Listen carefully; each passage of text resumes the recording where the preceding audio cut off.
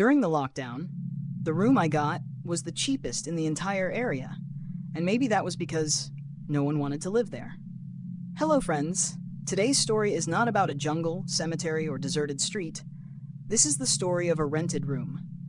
A room where the rent was low, but the reason was very dangerous. This incident happened in 2020, when the whole world was locked down due to COVID, and people were trapped in their homes. But at that time, in an old neighborhood of Kolkata, a girl was living alone. Let's call that girl Ria. Ria's family lived in a small town in Odisha, and she was most attached to her grandmother at home. In 2017, her grandfather suffered a stroke. The atmosphere at home gradually became heavy, and in the meantime, her family started pressuring Ria to get married. Ria wanted to study, she wanted to become something, but her family was in a hurry.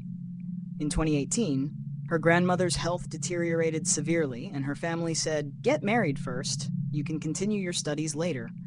Ria tried to refuse, but in the end, she had to get married. The marriage did not last long. Just 6 months later, Ria returned to her parental home. At home, no one spoke to her properly. Her father was angry, relatives taunted her, and every day she felt like a burden. In May 2019, Ria got a job in Kolkata through a friend. She left home without thinking twice. Kolkata was a completely new city for her.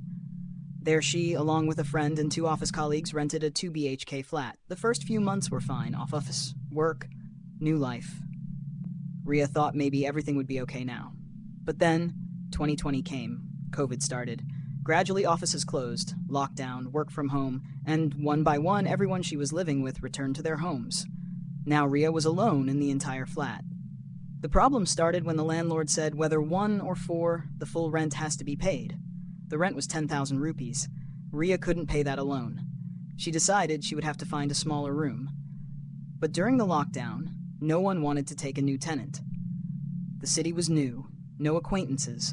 All day she kept searching on her phone, OLX, Facebook, WhatsApp groups, everywhere for a room. A week passed.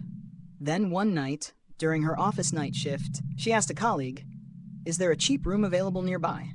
He thought for a moment and said, "There's an old area. You might find one there, but very few people live there." Ria asked, "Why?" He said, "I don't know. People just say the place isn't good." Ria laughed. She needed a cheap room, not a story. The next Sunday, she went to that area. Old lanes, broken walls, old houses. Even after wandering for a long time, she couldn't find a room. Exhausted, she stopped near a small shop. She asked the shopkeeper, "Brother, will I find a room for rent here?" The shopkeeper looked her up and down, then said, "Who will give a room during lockdown? Stay where you are." Ria said, "The rent is too high." At that moment, Ria felt someone was watching her. She turned around. Inside the lane, there was an old 2-story house, and at the door, an old woman was standing. She had been staring at Ria for a long time. Ria made eye contact and smiled slightly. Little did she know, this smile would become the biggest mistake of her life. The old woman gestured with her hand, looking for a room. Ria was startled. She slowly approached her. The woman asked, "How many people will stay?" Ria, "Just me." The woman stared at her for a few seconds, then said, "You'll stay alone? Then there's one room." Ria didn't expect she would get a room so quickly. The woman took her inside the house. Inside, there was an old man sitting, and a young man of about 20 to 22 years. The woman said, "This girl will stay on rent." The young man looked at Ria as if he wanted to say something, but he said nothing. Ria felt a little uneasy, but she ignored it. She was shown the room upstairs. On the first floor, there was a large iron gate, which was locked. Above it, on the second floor, was the room. The room was very nice. Wardrobe, fan, bed, water filter. Ria thought the rent would be very high. She said, "My budget is 6,000. The old woman laughed. "Give 2,500 all included." Ria thought she was joking. Such a big room. So cheap? But she needed it. She agreed immediately. At that moment, the young man looked at her again. This time, his eyes were full of fear. But Ria still didn't pay attention. She thought maybe her luck was finally changing. Little did she know, her real fate was just about to begin. And on the second floor of that house, she would not be living alone. Ria decided to move into that house the same week. She felt that finding such a good room during the lockdown was a matter of luck. But sometimes what seems like luck to us is actually someone else's scheme. 2 days later, Rhea arrived at the old house with her belongings. Downstairs lived the grandparents, and with them their grandson, Samar. Samar spoke very little, and whenever Rhea came in front of him, he would lower his gaze. Rhea thought, maybe he's just shy. But she kept feeling as if Samar wanted to say something, but couldn't. That day, after Rhea had arranged all her belongings upstairs, her grandfather said one thing as she was leaving. "Beta, stay upstairs as you like, but remember one thing. Never open the window of your room." Rhea laughed and asked, "Why? What's outside?" Her grandmother immediately said, "There are slums that way. People live outside. They're not good people. You're a girl alone. That's why we're warning you." Rhea found it a little strange, but thought they were elderly. They probably overthink things. She nodded in agreement. The first few days went very well. Grandmother would call her downstairs every day. "How will you cook alone? Come down." Rhea gradually began to feel at home. It was lockdown, work from home, all day on the laptop, dinner at night, then sleep.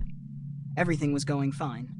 But there was one thing that kept bothering her repeatedly. The large iron gate on the first floor, it was always closed. She had never seen it open. One day she asked her grandmother, "What's behind this gate?" Without looking at her, grandmother said, "An old storage, not in use. That's why it stays closed." The matter ended there. But after that day, Rhea noticed, whenever she stopped near that gate, Samar would watch her from below, as if he didn't like her standing there. Rhea began to feel something was being hidden in this house. But she told herself, during lockdown, the mind overthinks.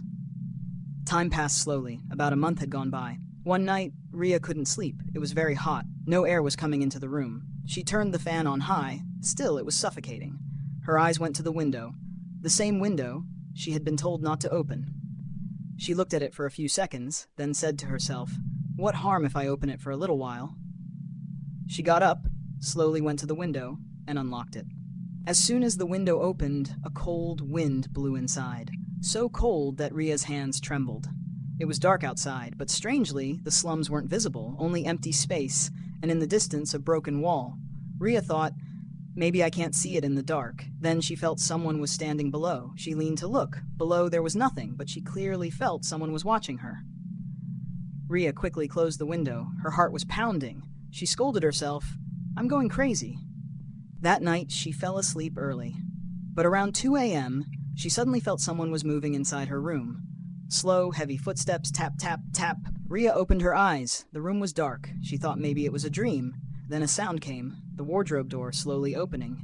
Rhea jerked upright. There was no one in the room. She picked up her phone. Time, 2:13 a.m. Her heart was racing. She got up to drink water. As soon as she entered the bathroom, she felt footsteps in the room again, this time clear. Someone was walking. Rhea quickly shut the bathroom door. A few seconds later, she realized the door had been slammed from outside. Rhea froze. She tried the handle. The door wouldn't open. Now she was truly scared. She pushed hard. The door remained shut. Then a sound came from outside. Slowly, the sound of something being dragged. Then someone crying. And it was a woman crying. Rhea's breath caught. She picked up her phone. No network. Signal completely gone. She tried again. Nothing. Now the sound came closer. Someone was standing in front of the bathroom door. The crying stopped. Then, with fingers, tap, tap on the door. Rhea wanted to scream, but no sound came out. Suddenly, laughter came from outside. Soft, broken, a woman's laughter. Rhea started crying. She whispered, "God, please, if anyone's there, save me." Then her phone restarted on its own. The screen lit up, and suddenly the network came back. She immediately called her grandfather. In a trembling voice, she said, "Upstairs. Someone is here. They locked me in the bathroom." There was a moment of silence on the other end. Then her grandfather's voice came, "Stay there, we're coming." At that moment, from outside the bathroom, a loud sound came, as if something was slammed against the wall. Rhea felt if the door opened, she wouldn't survive, and she had no idea what was outside was not human. Rhea's condition inside the bathroom had worsened. Her hands were trembling, her breathing rapid, and the sounds from outside were now even clearer. Sometimes the sound of the wardrobe closing, sometimes pots falling, sometimes heavy footsteps, and the most terrifying sound was a woman crying. Rhea kept pulling at the door, but it was locked from the outside. The phone was in her hand, and she kept watching the screen. making sure the network didn't vanish again. After about 2 minutes, the sound of running footsteps came from below. The sound of someone rushing up the stairs. Then, loud banging on the door. "Rhea, open the door!" It was her grandfather's voice. Rhea shouted, "I'm in the bathroom. Someone's in the room. The door's locked from outside." Silence for a few seconds outside. Then grandfather shouted, "The door is locked from inside. We're standing outside." Rhea felt an electric shock run through her body. If the door is locked from inside, then who is outside? At that moment, from outside the bathroom, she heard slow footsteps. Tap, tap, tap, as if someone were walking barefoot. Rhea held her breath. The same crying sound came from outside again, this time very close. Then someone started running their fingers along the bathroom door, like long nails scraping wood. Rhea, terrified, sank to the floor. The phone slipped from her hand. At that moment, a loud crash came from outside. Thud! The main door was being broken down. Samar and grandfather together tried to break the door open. Rhea shouted, "Hurry! Someone's inside!" From outside came grandmother's voice, "Don't say the name. Stay quiet." Rhea didn't understand. Which name? Why stay quiet? At the same time, right in front of the bathroom, someone appeared. Rhea couldn't see them, but she could feel them. A shadow appeared at the bottom of the door, long, very long, with hair hanging down. Tears streamed from Rhea's eyes. She kept repeating only one thing, "God, God, God." Suddenly, a strong kick came from outside. Thud! The room's door broke open. At that moment, whatever was outside the bathroom vanished. The sound stopped. The crying stopped. Everything was silent. A few seconds later, the bathroom door opened. Grandfather was standing in front, Samar behind him, and 2 neighbors. Rhea stepped out, and as soon as she saw the room, her knees buckled. The entire room was in disarray. The wardrobe was open, clothes on the floor, food thrown, water spilled. But the strangest thing, wet marks on the floor, as if someone had dragged long hair across it. A putrid stench filled the room, so strong that Samar vomited. Rhea stood silently. No sound came from her mouth. Then Samar suddenly shouted, "I told you, don't let anyone stay upstairs." Grandmother immediately grabbed his hand. "Quiet! Come downstairs." For the first time, Rhea noticed everyone in the house was scared, but not of her, of someone else. Grandfather said softly, "Come, go downstairs. Don't stay upstairs now."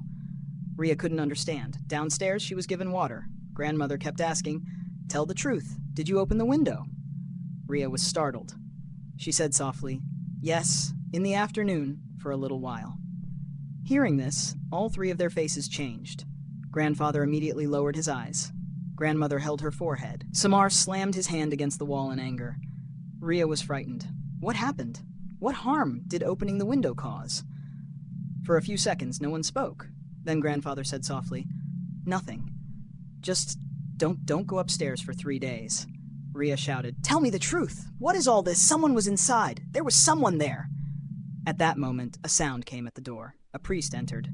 He held holy Ganga water in his hands. He looked upstairs, then at Rhea, and said, "Does this girl stay alone upstairs?" Grandfather nodded. The priest took a deep breath. Was the window open? Silence in the room. Rhea's heart pounded. She realized something was very wrong. The priest said softly, "A ritual will be performed tonight for 3 days." Rhea asked, "Why?" Looking into her eyes, the priest said, "Because the one who was locked downstairs has come upstairs." The glass fell from Rhea's hand. And in that moment, for the first time, she realized, this house is not just a house. Something is trapped there, and that thing is now awake. After that night, Rhea's life changed completely. The house was the same, the room was the same, the people were the same, but the atmosphere had changed. Earlier, her grandmother would call her downstairs every day. Now she didn't even come upstairs herself. Earlier, her grandfather would talk for hours. Now he avoided even making eye contact. And the strangest thing, Samar now wanted to talk to her, but whenever the grandparents were around, he went silent. Rhea had realized something was being hidden in this house, and she had to know the truth.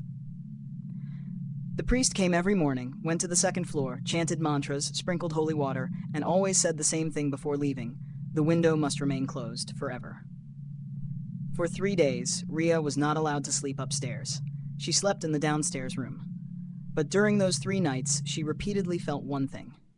Someone walked upstairs. Slowly, Heavy footsteps. Tap, tap, tap. The first night, she thought it was her imagination. The second night, Samar also woke up. The third night, her grandmother herself closed the door. Now Ria was certain, whatever it wasn't happening only to her. On the third day, the ritual ended. The priest said before leaving, "You can stay now, but don't break the rules." Ria asked, "What rules?" The priest looked at her, then gestured toward the window. "That one." That night, Ria went to her room. Everything was fine. The room clean. Belongings intact. As if nothing had happened. But inside, she was terrified. That night, she decided, "I will leave this place." But it was locked down. Finding a room wasn't easy. She searched online every day, called around, but no one was willing. Days passed.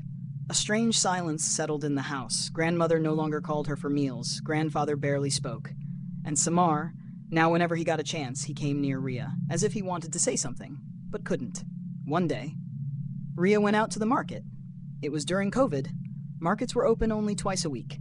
She quickly bought groceries and hailed an e-rickshaw to return. She got in. The driver asked, "Where to?" Ria gave the lane name. The driver suddenly went silent. A few seconds later, he stopped the vehicle by the side. Ria thought maybe the vehicle had broken down, but the driver turned back and asked, "Do you live there?" Ria said, "Yes. Why?" The driver stared at her for a moment, then softly asked, "For how many days?" Ria, 3 months. The driver's face changed color. He started the vehicle but did not enter the lane. Stopped a little further, then said, "Get off here." Ria said, "The house is further inside." The driver took a piece of paper from his pocket, wrote a number on it, and handed it to her. Then softly said, "If you want to stay alive, call me this evening." Ria's heart skipped a beat. "What do you mean?" The driver nodded. "I know this place. I know that house." Before Ria could speak, he left. Ria stood there, paper in hand, fear in her heart, and only one question in her mind. How does everyone know about that house? Ria didn't call. She tried to convince herself, people scare you, it's nothing. But the next night, she heard the sound again. Tap, tap, tap. This time, from the first floor, the same locked gate. Ria's heart raced. She slowly went up to the stairs. It was dark below. The gate was closed. But from inside the gate, it seemed someone was walking. Slowly, dragging. Ria ran back upstairs. That night, she made up her mind. As soon as morning came, she dialed that number. She picked up the phone. It was the same driver. Ria said softly, "Brother, I live in that house."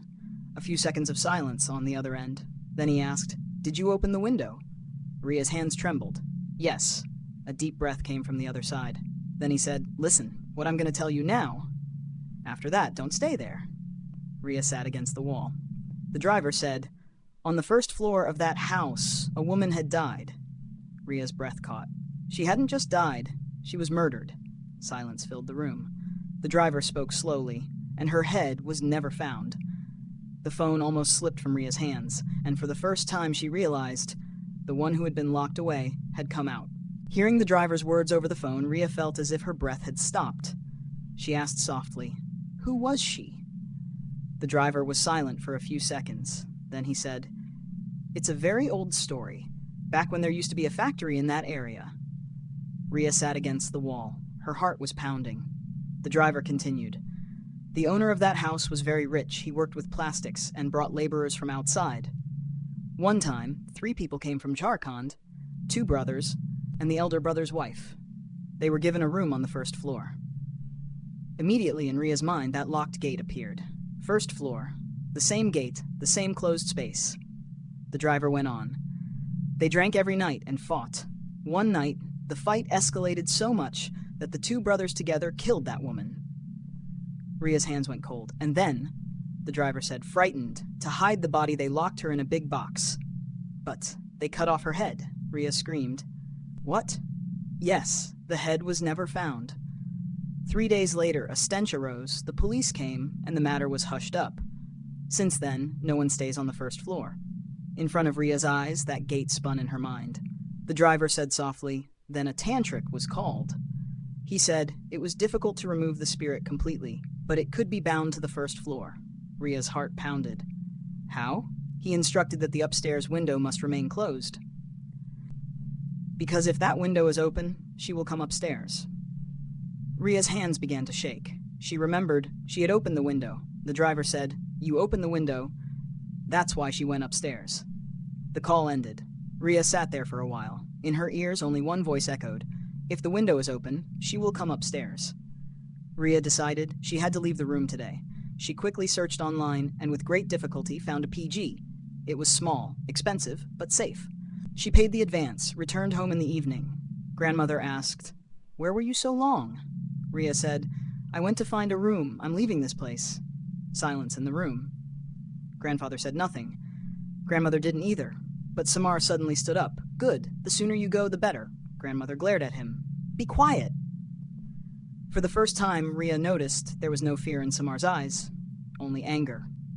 That night, Ria went to sleep in her room for the last time. Her belongings were packed. She only had to leave in the morning. The room was completely silent. She lay on the bed but couldn't sleep. Her eyes went to the window, the same window, now locked from the outside. After a while, she heard a sound. Tap, tap, tap on the window. Ria's heart stopped. The sound came again, this time louder. Thump, thump, as if someone was hitting from outside. Ria slowly got up. She told herself, "It's nothing." But the sound didn't stop. She went to the window, moved the curtain slightly, and at that moment, her body froze. Outside the window stood a figure, shoulder to chest to feet to, but no head. A blood-soaked body, long wet hair, hanging to the ground. Ria screamed. The phone slipped from her hand. The figure struck the window. Thud! The window shook. Ria shakily picked up the phone. She quickly played a bhajan of God. As soon as the sound echoed in the room, a loud scream came from outside, and the figure disappeared. Ria did not sleep all night. At dawn, she went to a friend's house. The next day, 2 people came, packed her belongings, and she left the house. 3 months later, Ria received an email. Sender, Samar. He had written, "You survived because she didn't want you." Ria replied, "What do you mean?" A reply came after a while. "The day you came, that window wasn't open for the first time. Before you, there was another girl who stayed." Ria's hands trembled. She didn't leave. "She is still here?" Ria asked anxiously. "Where?" A few seconds later, the final message arrived. "On the 1st floor." "The gate you never saw open." Ria immediately called the number. It was disconnected. She opened the email again. The mail was gone, as if it had never existed. To this day, Ria does not even pass by that lane. And in that house, even today, the 2nd floor room is rented out very cheaply, but the 1st floor gate is still locked. And at night, sometimes, someone still knocks on the upstairs window.